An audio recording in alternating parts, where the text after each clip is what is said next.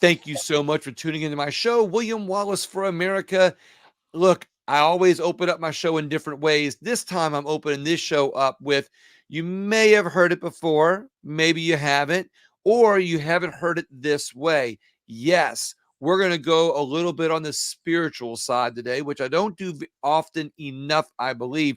But sometimes when you go to the spiritual side, you don't just hear spirituality, you don't hear things about Christianity, you hear things that are going on in our world and how they relate. And oftentimes it's just a different way to get not only unique information, but accurate information. And you can kind of get a feeling for how you want to use it to be able to save America, freedom in America, Christianity in America, and how we do things to protect our world. With me today discussing just that is Paul Begley, and he's got a book about that we're going to talk about here in just a minute, and some other unique things. He's got a lot to talk about.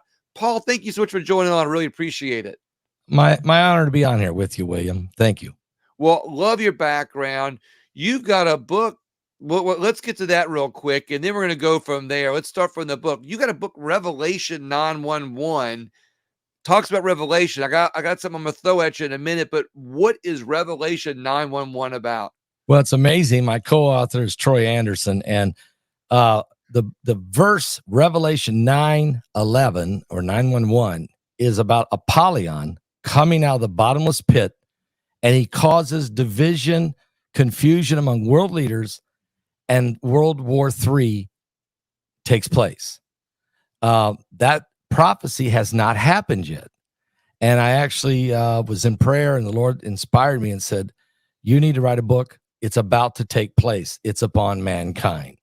And so that's what the book's about. So we take a look at the entire world, take a look at America for sure, the woke agenda, AI, UFOs, the vortex of evil of nations that are building a collaboration together, whether it be Russia and Ukraine, whether it be China and Taiwan, whether it be South Korea, North Korea, and all, or the Middle East with Iran going after Israel, and America, the turmoil, the divisiveness in America. And you put it all together and you say, is this the manipulation? Is this creature, this mystical creature called Apollyon, is he about to come out of the bottomless pit? And is that why we see the turmoil that we see in the world? Well, you brought up aliens or UFOs, and now you got my interest peaked, because now, I thought the aliens were already in DC, and they are the swamp creatures. They're everywhere. I mean, you get the reptilians, the aliens, all of them. Yeah. So I'm just going to ask you real quick, how do aliens and UFOs play into this? Just real quick. This is unique. I didn't know we were going to go into this a little bit, but let's go this for just 30 seconds. Okay. It's potentially a grand deception. The Bible talks about the rapture, talks about in the end of days and the church, the Christians being caught up with Jesus. But it will be a great, strong delusion in the Bible. It tells us that the world will be deceived and an antichrist will rise. It's very possible that this antichrist, powerful figure, world leader, could be disguised as an alien. Okay. I do believe that there's been Nephilim, fallen angels, and there's been giants. It's in the Bible. So I do think we've had different entities already encountering with people, demonically disguised. But alien deception, I believe, is a big part of your last day scenario. Oh, this is going to be interesting. So Revelation 9:11 is about the last days, although an interesting tidbit somebody pointed out to me last week. Somebody was mentioning about that revelation into the world, into the earth, and the destruction of earth, and they tied it into how the Democrats feel that global warming is going to destroy the earth. And somebody said, if you read the book of Revelation, it never says that the earth gets destroyed. Which, if you tie that, so if you tie that into the global warming theories, it says Earth's going to be destroyed. Revelation proves that they're wrong, that there is no such thing as destruction by global warming.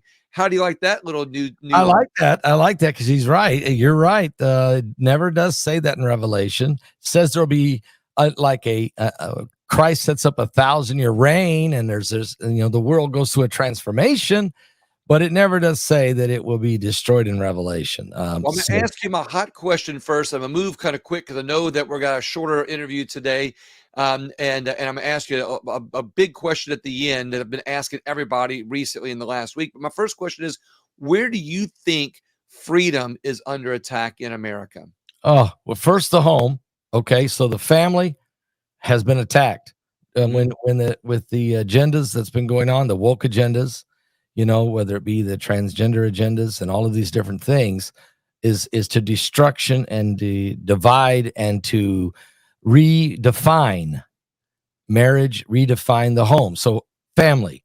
Then you have faith. Faith is being attacked because even though we're supposed to be allowed to have freedom to worship and freedom of expression, we don't have it. The cancel culture came along and everybody was discouraged. You couldn't even say Merry Christmas. I mean, thank God for Donald Trump. At least he brought that back. And Right. so family's under attack, faith's under attack. And when you have those two under attack, freedom's under attack. Our Constitution is being rewritten right before our very eyes by the Biden administration. You Whenever had they, it right the first. You had it right the first time. Obama, okay, Obama The administration, which is The O Biden Biden. administration. I think I even heard him say it once. Oh, Biden. Yeah. Yeah, really, the Constitution is under assault. And again, thank God that President Trump put in 3 new Supreme Court justices. So this is a battle for the ages right now over our Constitution. So that's why freedom is under assault. I agree with you on the family, and I think that that one of the ways that they're attacking family is through work ethic in our country. And when you destroy work ethic is not only something that holds communities together and nations together, it holds the family together. Because the work ethic isn't just going and getting a job and working. Work ethic is being able to work together as a family. It's being able to work to produce what a family needs, whether it's food, whether it's money. Work ethic is something that when it's in you, it's a sense of pride, it's a sense of belonging. It's a way to it's a connector, it's a glue. Work ethic is a glue that holds families and financial needs together, and they've taken that away from the not only the family but society in general in various ways, whether it be through welfare, whether it be through people quietly quitting. Universal salaries, where they want to Exactly. pay people for not working. That is communism. And what they've done is they've attacked the entrepreneur spirit, capitalism, and trying to say, look, you'll have nothing and you'll like it with universal income and all these things we hear, which all that does is take away the work ethic from people to achieve, to excel.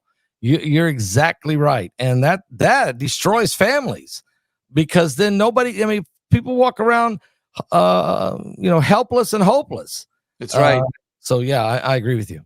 Going back to your book a little bit, you've talked to Revelation 9:11, and as people know from listening to my show, that I don't always go far into Christianity, even though I'm very Christian, because I think that that sometimes that people when they're listening to it, their defenses go up, and so, but what I like to point out is that it plays a huge part not only in our society but in our lives.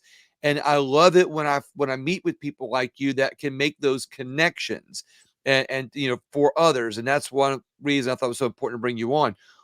In your book, do you think there's events that are happening today that you refer to in your book, Revelation 9:11, that you can always connect back to the book of Revelations? Yes, I mean, one is the Green New Deal. I call it the Green Religion. It's this hoax that we have to save Mother Earth. We have to stop drilling, stop fracking, cut off all fossil fuels, and somehow the wind is going to take care of all of our needs electrically wise and energy wise. And it's the whole world now is starting to surround Mother Earth and this Mother Earth worship. And they throw caution to the wind. They have no idea how we're gonna sustain ourselves as an economy worldwide. And anyway, we should worship Father God instead of Mother Earth. So I'm saying this is a religious literally a religious type new religion called Green Religion. I put that in there for sure in the book to help. What's interesting is, like you said, we're not supposed to use things that were put here on our earth. I mean, oil, for instance, was here to use. It's no different. Oil is no different than gold and silver that's used for currency and financial means and decoration. Oil is no different than plants, that we eat. It's no different than trees that we use for building. Of course, we use them all differently. We can't eat oil, of course, but it is a resource that I believe was put here, through divine intervention to be part of how we operate as a world in humanity, for that matter. And people forget that the reason oil was discovered is that, hundreds of years ago, it used to seep out of the earth. It was polluting the earth already. It was already coming out of the earth, and that's how they found it. And that's how they became. They didn't one day go, hey, we're going to drill a well here, and we're going to drill 1,000 feet and get something out of the ground that we might be able to use for later. It was already coming out of the ground. So they forget that like I said, I believe it was put here for a reason. But to that point, you're right. That Green New Deal, that Green New scam, is, I believe, a way to offer something else for somebody to worship, to get them to use that narrative to be able to convince them. It's just a steering mechanism. The Green New Deal, transgender, the transgender hoax, all these things, all these narratives are just little steering mechanisms to steer future generations over into the communist agenda. That's right. 100%. You're correct. Like you said, with oil, the oil comes from the vegetation of the earth, deterioration coming down and turns into oil. So it's happening. We're picking up new oil all the time. We got vegetation that's rotting, Right. So God created the earth and all the resources of it for our benefit. It's our benefit. Right. We're not hurting anything. And when I hear this about the carbon footprint, it's like, these people are ridiculous. When one volcanic eruption will create more carbon in the air than 100 years worth of tailpipes in America. So it's a useless conversation. It's just a money laundering scheme. Yeah. Here in Louisiana, there's a plant that is getting ready to pump CO2, which plants use to grow, under the ground in the name of the global warming hoax. They're doing this, but the generators and the energy that they're using to pump CO2 under the ground is actually producing more CO2 and pollution than what they're pumping underground. And they're getting federal dollars for this. And when I found this out, and then I recently just came back for the Republican National Convention in Milwaukee, I drove through America's heartland. I'd see these windmill farms where 40% of the windmills aren't even working. And when I asked somebody about it, they said, nope, 40%, about 40%. Actually, they gave a different percentage, but it's close enough. They said, yep, they don't work. And I'm like, and this is all federal, this is our tax dollars, and they produce less energy than what it cost us to put them out there. Anyway. Well, William, also, what it is a transfer of wealth. That's all it is. So you're taking from the oil, from the families who have been involved in oil and gas and natural resources, fossil fuel, and you're transferring that money actually into these guys making windmills and solar panels. And I'm not against a few windmills and some solar. If you want to, if you want to try to bring up 3%, that's about all they're producing. About 3% of our energy comes that way. You can have a little bit of that if you want to, but don't shift the entire U.S. Treasury over here, which is what's going on, taking the tax dollars from the industries that are making money and working and turning the wheels of the world and shifting it over here. It's throwing good dollars after bad. It's ridiculous. It really is. Let's get on go back where we were going before, because I love all these little side roads we're taking. Going back to your book, Prophecies, are there things that you think relate to what's going on with this administration and Harris and the assassination attempt? Is there anything you can point to that talks about that? Yeah, it's quite interesting. We have looked at Donald Trump as he's been compared by myself and others, prophetic voices, that he's like a King Cyrus in the Bible. King Cyrus was at one time the charge of the entire Babylon, the kingdom of Babylon. And the Jews had been slaves under him for under that kingdom for 70 years. There was a prophecy in Jeremiah who said after 70 years, the Jews are going to be set free to go back to Israel to build their temple or rebuild it. When the 70 year came, King Cyrus said, I'm not going to fight this. I don't want to fight the hand of God. I'm not a follower of your God, but I don't want to fight him. I'm going to let you all go. Matter of fact, I'm going to give you gold and silver. I'll send mason guys and carpenters, and I'm going to send them, and you go back home to where you came from and build your temple. We see Trump that way in a prophetic voice. He's the guy who said, you know what? We said we was going to make Jerusalem the capital. So he did. We said we was going to move our embassy to Jerusalem. We passed it for 22 years. Presidents have stalled. I'm moving it. Okay. We said we're going to be your big brother and support you and be your ally. We will. And so prophetically, they went. I've been to Israel 11 times. I mean, I got Trump coins. Trump's on one side, the temple's on the other. They're building a train to the Temple Mount called the Trump train station. There's Trump Heights being built in the Golden Heights. I mean, they're waiting for him to come in because they see Harris and Biden as traitors. I mean, look, Benjamin Netanyahu has not been to the White House since he was there with Trump signing the Abraham Accords with UAE. So they've never invited the guy. And when he shows up, they snub him. And then they don't even show up for his when he speaks before the Congress. So what we see biblically, I was going to tell you before we came on the air, is there's these kingdoms in the Bible. Talks about the final four kingdoms of the Bible, great empires, the British, the Germans, and the Russians, and the Americans, which is the eagle. When you go to Revelation, you find out that the lion, the bear, and the leopard consolidate into a monster, but the eagle doesn't. The eagle is seen flying over Israel, protecting Israel in the 12th chapter of the book of Revelation. And these other kingdoms are part of a global conglomerate. Let's call it the New World Order. We like to use that term. So there's prophecy right now. And I really believe Trump will be back in the White House. I believe he's going to win the election. I think the hand of God is completely. Well, we know he's going to win the election. It's whether who's they decide. The you want to know who's counting the votes, right? Yeah, right. I want to know who's counting the votes. That's who wins the elections. Who's counting? Right. And that's sad. That's really sad. But I mean, look, I've got listeners that don't believe that the last election was stolen, and they give you every reason why the machines are safe and secure. But I repeat this regularly. If your credit cards could get hacked into, which they do, your bank account gets hacked into. Look, in Louisiana, the Department of Motor Vehicles got hacked into. You know, people from all over the world hack into companies and they do ransomware on all their data. Banks get hacked into. They have super duper protection, and they still get hacked into. Who would think that the election machines either can't get hacked into or that nobody would want to hack into them? I'm sorry. You know, we're not naive, are we? We're not naive. Exactly. Right? But I'll digress and say this one thing.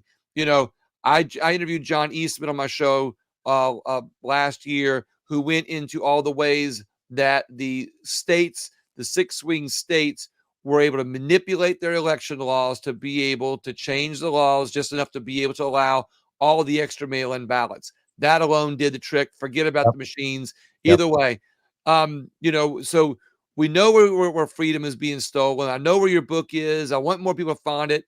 I've been rolling the connection at the bottom. But in the last few minutes that we have, I'd like to ask you, of course, we're in an echo chamber. You know, we're obviously people that would like to see Trump back in office. Although somebody told me yesterday I was crazy because why would I vote for a felon that's at 34 felonies? And I said, you know what? It's political. Every when they did the RICO stuff, they can indict a ham sandwich, and it's obviously political. And if it weren't political and weren't obviously political, I'd probably think twice. But anyway, I digress. My question to you is, what would be your recommendation? How does Trump expand his base? How does he overcome what we might perceive as cheating or we might perceive as a Democrat wave, whatever the case may be? How do you, in your opinion, believe that Donald Trump expands his base to win the election?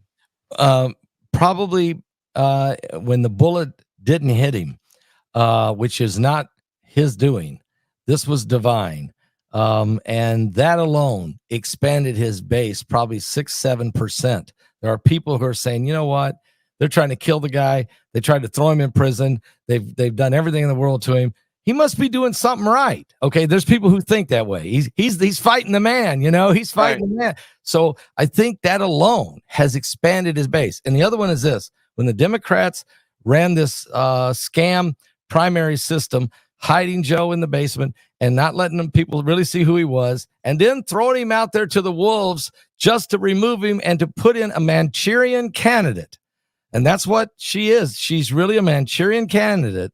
She had less than 1% of the popular vote when she was running for president.